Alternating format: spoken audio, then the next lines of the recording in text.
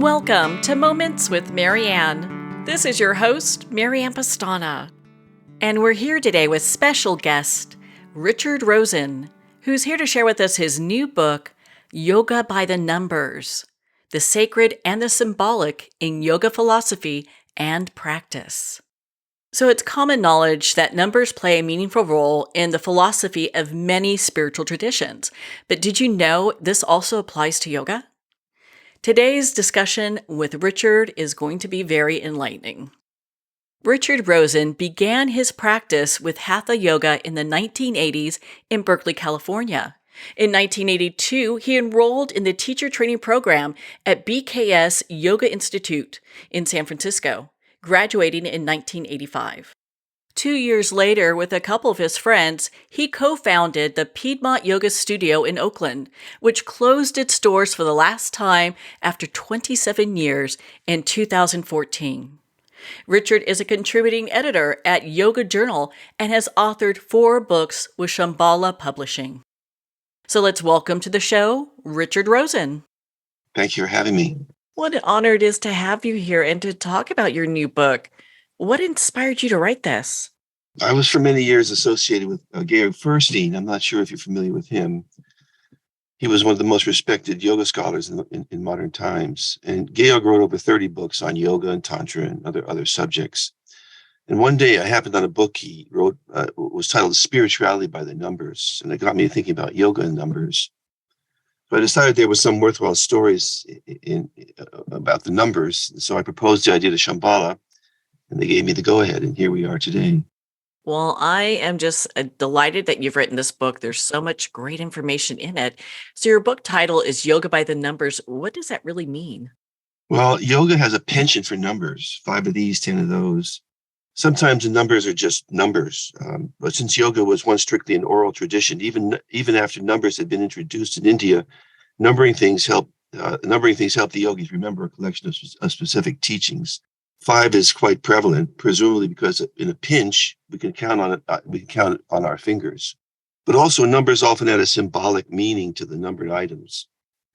For example, the number 4, completion, means completion or stability. And why does 4 do that? Well, think of a simple table with 4 legs. It needs nothing more than those 4, and it's completely stable.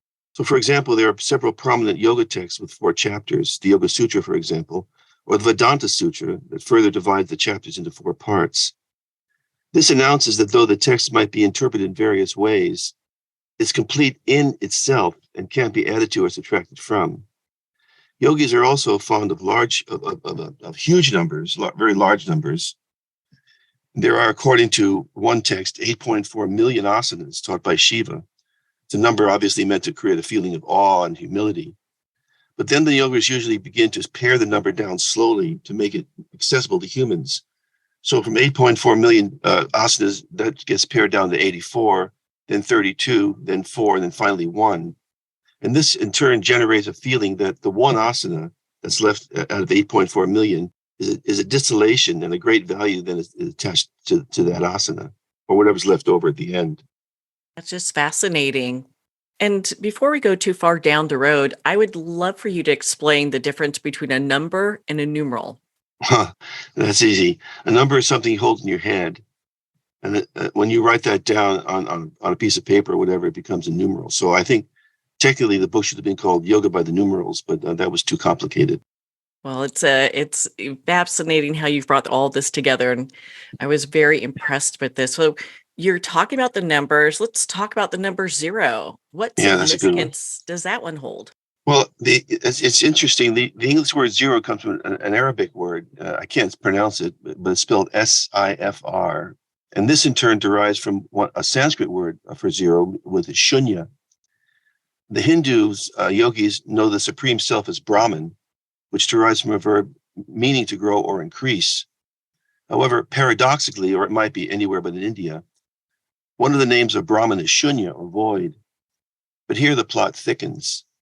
Shunya is rooted in the verb shvi, which means to grow, swell, increase. Another paradox. In India, 0 is the point of balance between nothing and everything. For the yogis, to empty the mind opens you to the fullness of the absolute. That's very impressive. It just so much a number means, a numeral means. That's very, very impressive. Yeah. You've done so much research for this book. Was there anything that really surprised you? Yeah. Well, what surprised me was the number of numbers there are in yoga. I knew there was a lot going in, but when I started to dig in a little bit deeper, I found that I was almost overwhelmed by all the numbers there were. So I decided then to focus on 0 through 10 and bring in other numbers when the opportunity presented itself. I was also surprised that there's really no coherent or acceptable explanation for why 108 is so important in yoga. It's supposed to be a sacred number, but nobody seems to know exactly why. Try and get down to the root of that. My goodness, that must have taken a lot of research. I did a lot of research on that. I didn't find anything conclusive, but there are some suggestions that, for example, 12 times 9 is equals 108. And so there was some suggestion that 12 and 9 are both sacred numbers. So multiplied together, they would make it even more a sacred number. But I'm not quite sure about that. In your book, you talk about the difference between higher consciousness and consciousness. I'd love for you to explain that for our listeners. Well, I'm not quite sure that I should use the word higher, because that puts a value on it that makes it more seems more valuable than everyday consciousness. We have mundane consciousness, everyday consciousness, or what we could say consciousness with content, thoughts and feelings and dreams and whatnot. And in yoga, this is called chitta, Citta, and it has produced all of our worldly wisdom as well as our worldly problems. We wouldn't be who we are without chitta, for the better or worse. And though most people are not aware of this, we're also possessed of pure or contentless consciousness, which is consciousness without content, which is called chit in yoga, CIT. And it's impossible to know about this, not to know chit, because chit is the ultimate knower. So very logically, we believe that chitta is the knower, but as William Blake said, we don't see with our eyes, we see through our eyes, meaning that it's chit that's really the knower ultimately of all our experiences. So these two consciousnesses are very closely related. I think chit can be compared to like a white movie screen, and chit is the movie that's being projected, or chitta is the movie that's being projected onto the screen. The screen never changes, no matter what the movie is that's being projected onto it. So in the same way, chitta is projected onto chit, and no matter what the thought or feeling is, chit always stays the same. It's always underneath our everyday experience.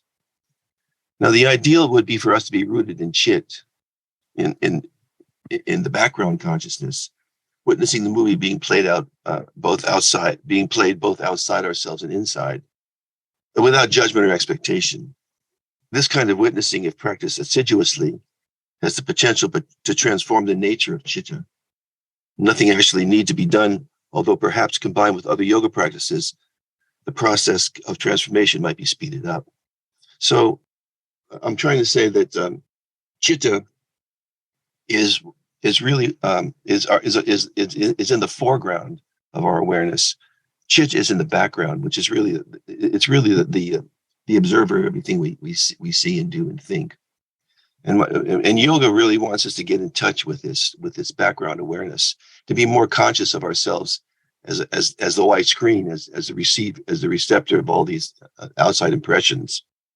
And it's interesting because I think a lot of times people will try to separate what they call higher consciousness and consciousness, Yeah. as opposed to looking at it all as consciousness.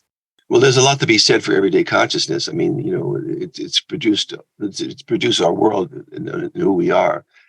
But yoga really wants us to get in touch with what's underneath that, what's really the observer of all of our daily activities and thoughts and feelings and whatever else we do during the day. Yeah, it's kind of inviting us to go deeper. Yes, exactly. In your book, you talk about the question if the world is real or if it's a real seeming illusion. What do you mean by that? Well, yoga has different ideas about what, the nature of the world. In some of the schools of yoga, the world of diversity and change is an illusion, in the sense that we believe it to be what the world really is and what it's truly like. But according to this teaching, all diversity and all change is ultimately united in one unchanging eternal source, which is named Brahman. Once we realize that, then the world of diversity is seen for what it is, a projection on the screen of the Supreme Self, Brahman, and the illusory nature disappears. The world still is there, but we understand now that it's not the ultimate reality. But there's another way of seeing the world, in which diversity and change is real, although the world itself is not conscious of that change. And so that world is brought to life by the presence of the self. So there's a separation in this particular view of the world between nature and the self. And without the background without the light of the self, this world is just not, it can't exist. So this is called dualism, and this posits a split between the self and nature. Then there's a third way of looking at things, which is that the world is a joyous expression of one source, and that one source is the link between all diversity. So the world is infused. This world is infused with intelligence and creativity, which. And one of the goals of yoga in this particular view is to live life as long as possible and enjoy being alive in this beautiful world. So there's really three ways of looking at the world in yoga. One is called monism, which means that all things are united in one source. Then there's a thing called dualism, a worldview called dualism, which posits that there's a split between the self and nature, and they have to come together to create the world. And then the third way is called triadism, which looks at the world in sort of like it sort of combines monism and dualism. Diversity is real, and it's united in the one, and the one expresses itself through diversity, and that's called triadism. I think that's the best description of that I've ever heard that people can understand. So thank you for taking the time to go through that. You're welcome. So in Sanskrit, what does number 2 mean? Well, 2 is duality. 2 is the Yoga Sutra, for example, the way it looks at the world sees that separation between self and nature. So 2 represents that duality, but it stands for other things as well. For example, it can stand for the 2 wings of yoga practice, which is abhyasa and vairagya. In other words, effort and sort of doing and not doing, the balance between the 2. And the 2 also represents what's called the pairs of opposites, the dvandas, the tutus. It literally means tutu, which is according to the Yoga Sutra, it pulls us like it's like a tug of war between these two extremes. Like, for example, cold and hot are two opposites. And the practice in the classical system then is to bring these 2 together and to sort of rise above the duality, and that leads in turn to a more expansive consciousness when we're not pulled back and forth between 2 extremes. It's sort of a blending of the 2. Is it kind of reminding us to stay in the present? Absolutely, yeah. I mean, we all feel the tug between the 2 extremes every day, but yes and no, this and that. I want that. I don't want that. So yoga is telling us to rise above that, to rise above that duality. Just be neutral about the tug. Just sort of stay in the middle, walk a middle path, I guess is the best way to say it. Not be influenced by the tug of those 2 extremes. A lot of times when people think of yoga, they think of, I'm doing the exercises and the stretching. So I guess we should start with what yoga is in regards to your book. Well, first of all, yoga is an umbrella word. It covers a lot of different styles and practices.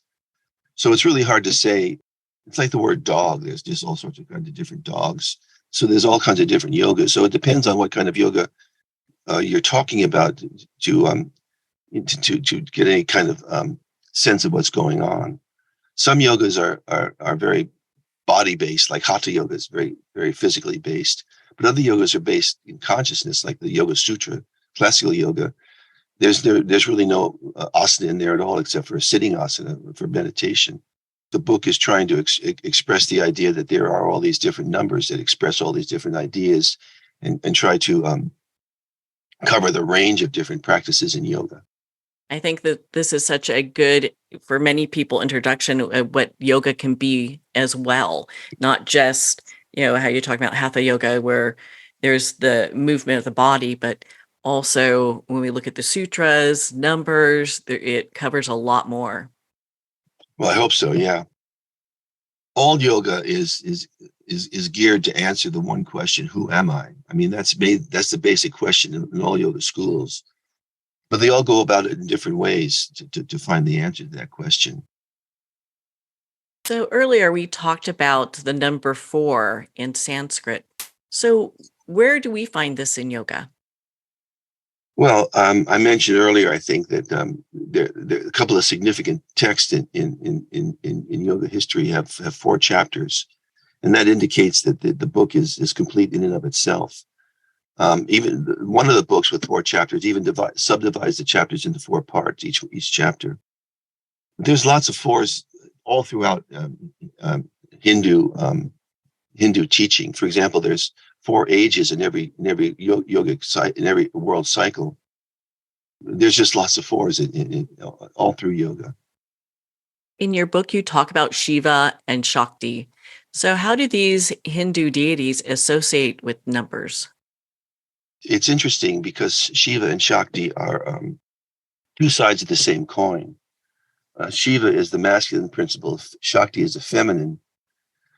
And we talk about them as being 2 separate things, but they're really not. They're inseparable. They've got a very close marriage, so to speak. And the interesting thing about Shiva and Shakti is that it flips the Western ideas about masculine and feminine on its head. So in this way of looking at the world, it's Shakti, the feminine principle, that's the active principle that creates the world, whereas Shiva is the passive or receptive principle that observes the play of his spouse as she creates the universe. It's interesting that there's sort of like a duality that's blended into one thing. I guess in many ways that can describe humans. I think the important thing to understand here is that we have 2 sides. And a modern yoga is very geared to doing. It's very interested in action, in activity, and there's not a lot of passivity in modern. There's restorative yoga, I guess, is fairly popular, but most yoga classes are interested in doing, not receiving. So I think that what this is telling us is that we do have 2 sides that are really important to keep in balance: action and receptivity. Well, and then I wanted to chat with you also about when we talk about prana. Is the teaching of prana unique to India? No, I don't really know. I really can't talk on other cultures, but I do know that it's pretty worldwide teaching that cultures have this idea that the universe is sort of suffused with this life energy, and that we essentially live off this life energy by taking into our system.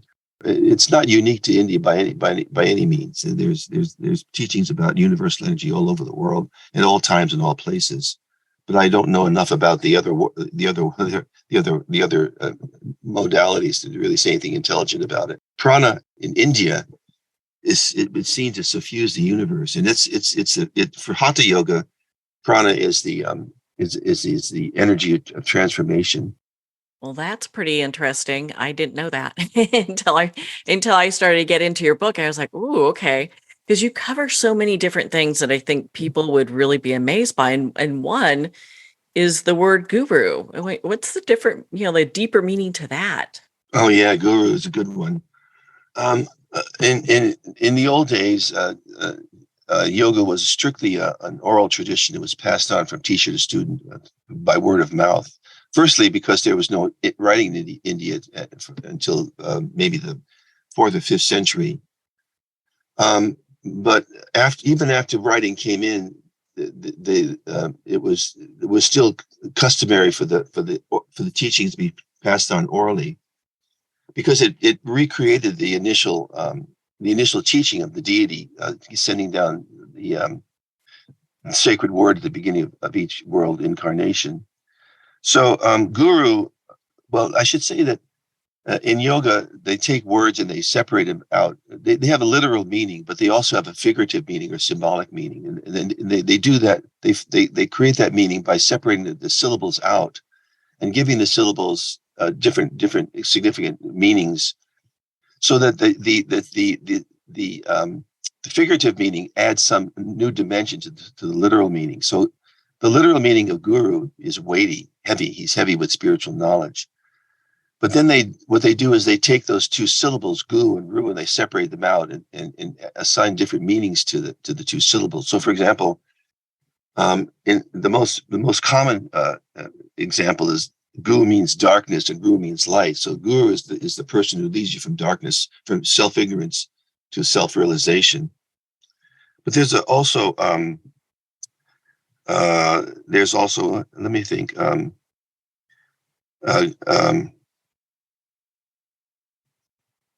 Gu also can mean like a wealth of knowledge, and ru can mean the person who illuminates that knowledge for the student. It's a very interesting thing that they do in yoga. Is they take these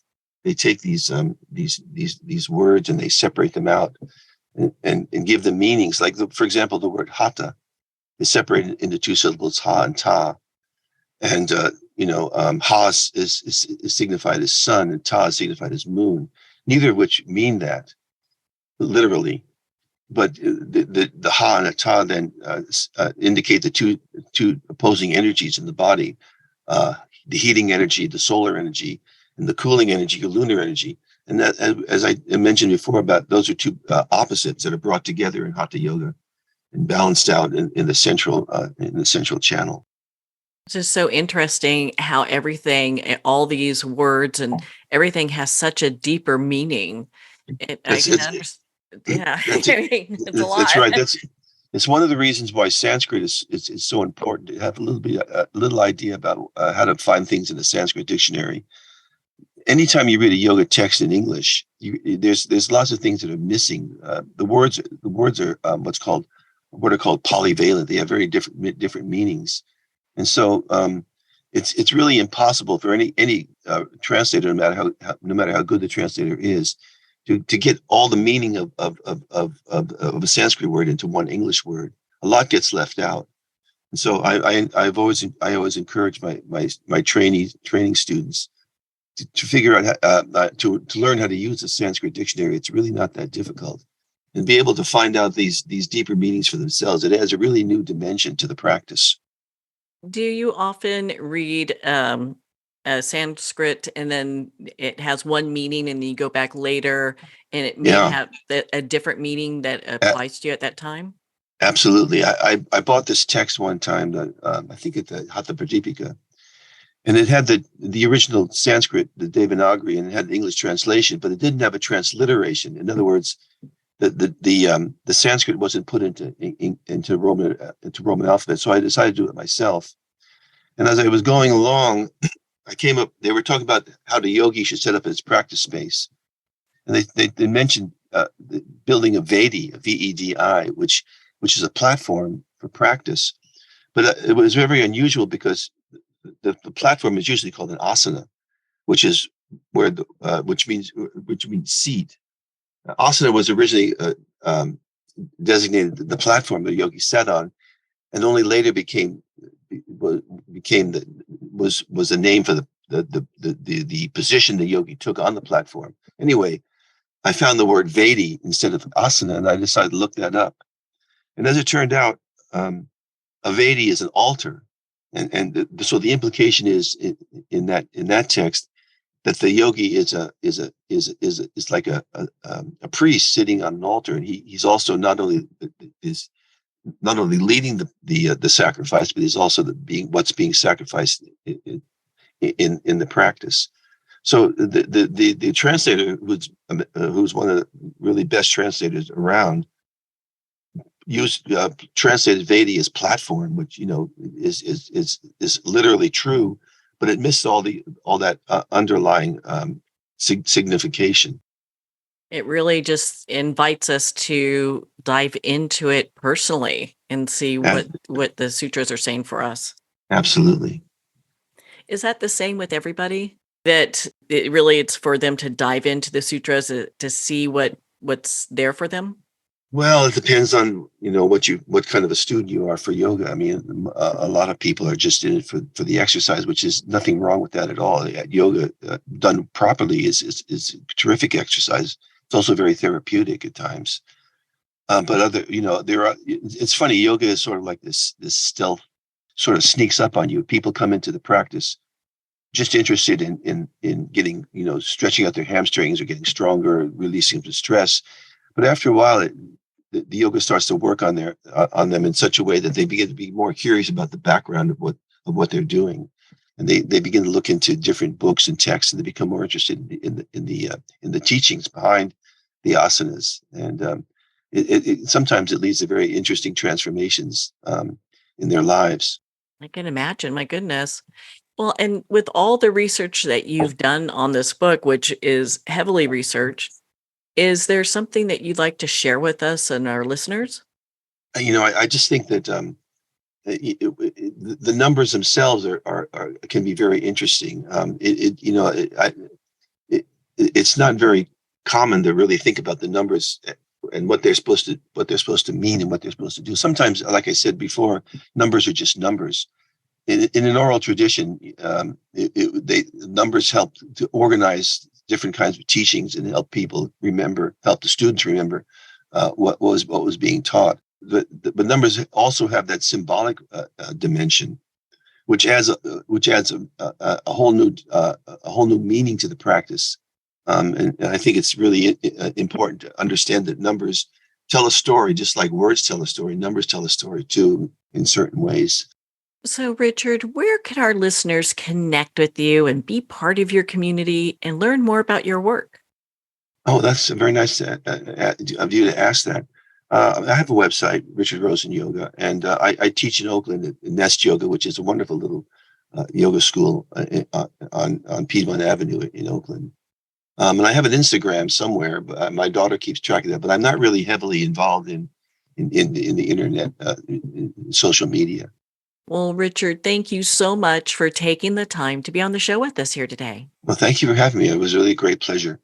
Well, thank you, Richard. It has been such an honor to spend this time with you and to talk about your new book, Yoga by the Numbers, the Sacred and Symbolic in Yoga Philosophy and Practice.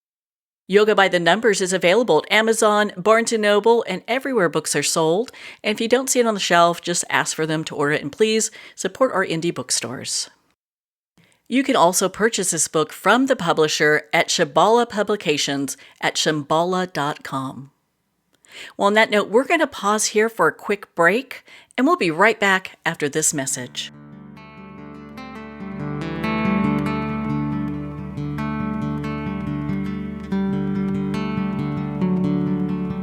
I'd like to thank Jason Eastwood at Guitarfulness for sharing his inspiring music and talent with us.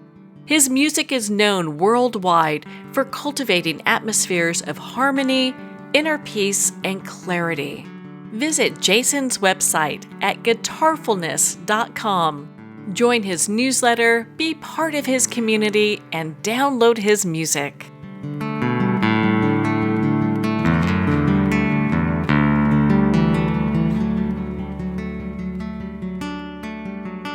Well, we're at the end of our time today. I'd like to thank everyone for tuning in. You've been listening to Moments with Marianne, where we make every moment count.